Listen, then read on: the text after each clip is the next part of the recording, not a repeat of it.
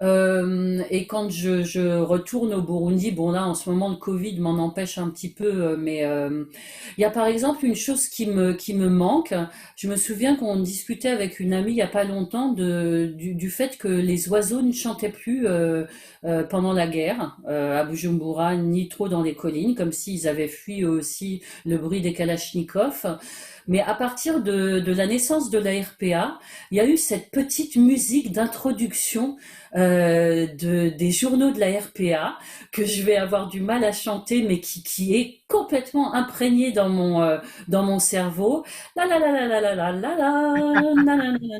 na na na, na na na na na na na na na na na. Et ça, c'est quelque chose qui faisait partie complètement du paysage sonore du Burundi pendant,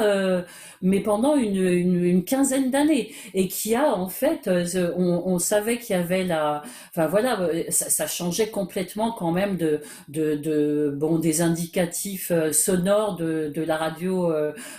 nationale qui était quand même un petit peu plus classique, un peu plus lourd et c'était vraiment quelque chose qui rythmait en fait les journées et qui était quelque chose de vraiment très intéressant. Ensuite, il y a eu des tas d'émissions qui m'ont marqué. Alors, je pourrais difficilement en parler pour ce qui concerne le Kirundi, parce que bien que je maîtrise un tout petit peu la compréhension du Kirundi, j'étais pas vraiment capable de suivre en entier des émissions, mais il y avait quand même le fait de donner la parole, en fait de faire des sortes de micro-trottoirs et même des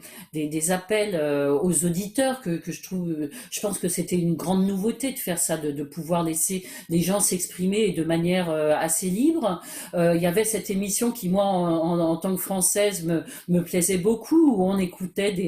des chansons françaises, je crois que c'était le dimanche ou le samedi, je me souviens plus, et on chantait comme des fous à tue-tête des tubes des années 50, 40. Et donc il y avait une sorte d'intergénérationnalité parce que les anciennes élites burundaises des années 60-70 avaient été baignées dans ce genre de musique et les intellectuels ou moins intellectuels des années 2000, 2010